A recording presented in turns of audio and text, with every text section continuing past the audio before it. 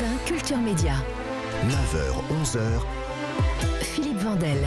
Bonjour Bertrand Huskla. Bonjour. Vous êtes comédien, créateur, acteur principal du format Brut qui cartonne sur Canal, qui parodie ouvertement le média Brut. Mais Brut, vous nous direz si c'est fini après 160 numéros, parce qu'on a de l'actu. Avec vous justement, Ahmed Silla, bonjour. Bonjour Monsieur Vandel. Comédien, humoriste, on vous avait découvert chez Ruquier dans Demande qu'à en rire, puis au cinéma, notamment dans L'Ascension, l'histoire de ce gamin de banlieue qui connaît rien à l'alpinisme, mais qui veut impressionner une fille, et donc il dit qu'il va escalader l'Everest pour elle. Et puis dans Tout simplement noir, de Jean-Pascal Zadi. Votre actualité, Jumeaux mais pas trop, film d'Olivier Ducret et Wilfried Méance.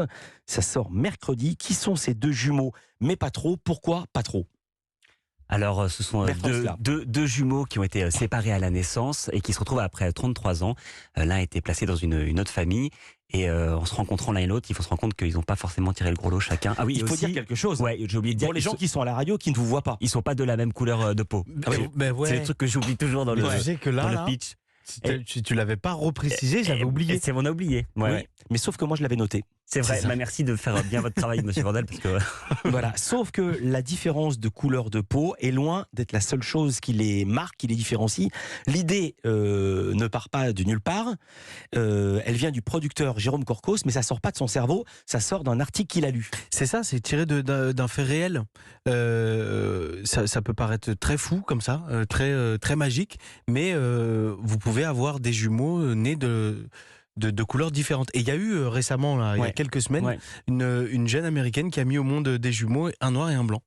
C'est dingue comme les planètes s'alignent. La probabilité, c'est une chance sur 1 million, ça peut paraître dingue. Et juste, j'ai dit, je pense à tous les gens qui jouent au loto, gagner le gros lot, c'est une chance sur 19 millions. Donc vous avez 19 fois plus de chances d'avoir deux jumeaux de couleurs différentes que de gagner au loto. Voilà. Et ben voilà. Donc faites l'amour. Faites les deux. Faites les deux. On va entendre un extrait. Il faut quand même raconter ce qui s'est passé. Il faut aussi dire que c'est une fable et une satire sociale, parce que vous ne faites pas le même boulot. Oui. Vous êtes quoi? Vous êtes un réparateur de... On ne sait pas trop ce que vous faites. C'est quoi votre job d'abord? Moi, je suis un peu multitask. On dit, on va dire que mon métier, c'est un peu d'aider les gens. Et bon, j'ai une formation quand même plomberie. Je répare des petites machines à laver, des petits frigos comme ça. Et je suis les petites mains, quoi. Ouais, c'est vrai qu'Ahmed, il a un personnage qui lui ressemble un peu, dans le sens où c'est quelqu'un qui est sympa, qui aide les gens. Donc je croyais que tu allais dire parce que je répare les frigos. Peut-être, je ne savais pas. Et dans ces cas-là, peut-être si tu peux passer chez moi cet après-midi.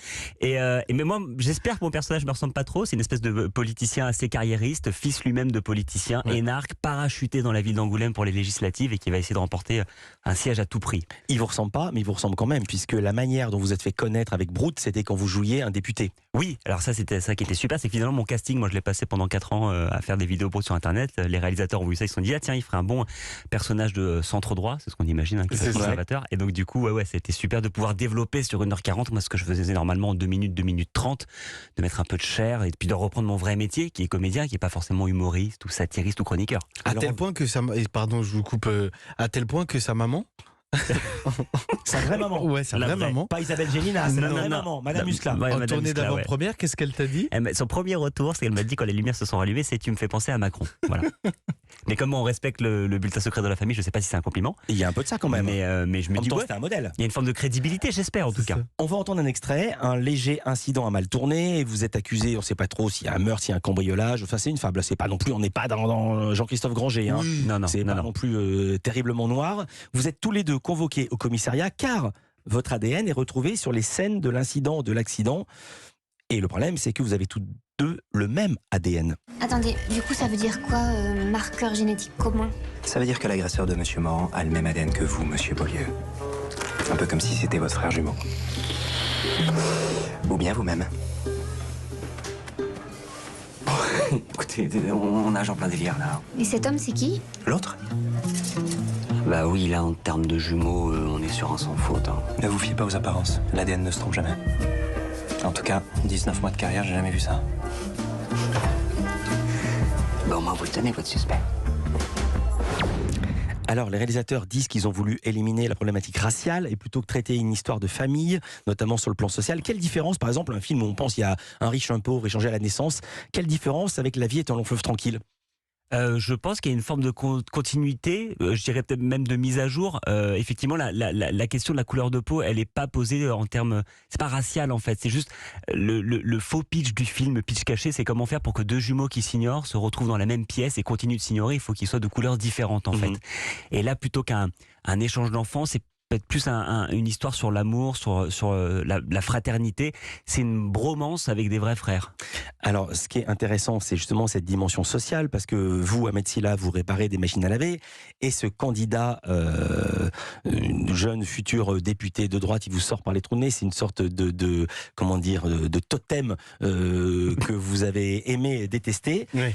Il a des doutes, votre personnage, sur sa filiation avec Grégoire Beaulieu, et donc vous vous rendez à son siège, au siège du candidat député, pour en avoir le cœur net, quand vous tombez sur son assistante Noémie. Attendez. Pause. Donc c'est vrai, je dis... Beaulieu, c'est mon frère. Quoi, parce que vous le saviez pas? Oh, le truc de fou. Oh,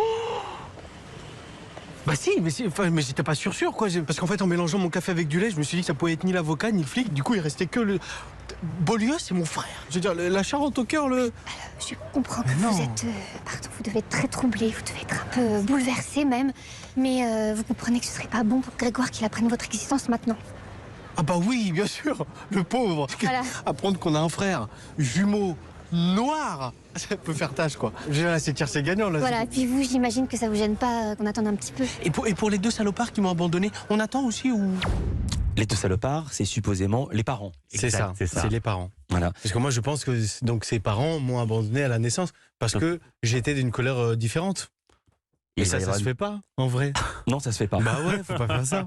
On n'abandonne pas les enfants, on n'abandonne pas Ahmed Silla, Bertrand Huskla, on parlait musique dans Culture Média et on a encore plein de questions.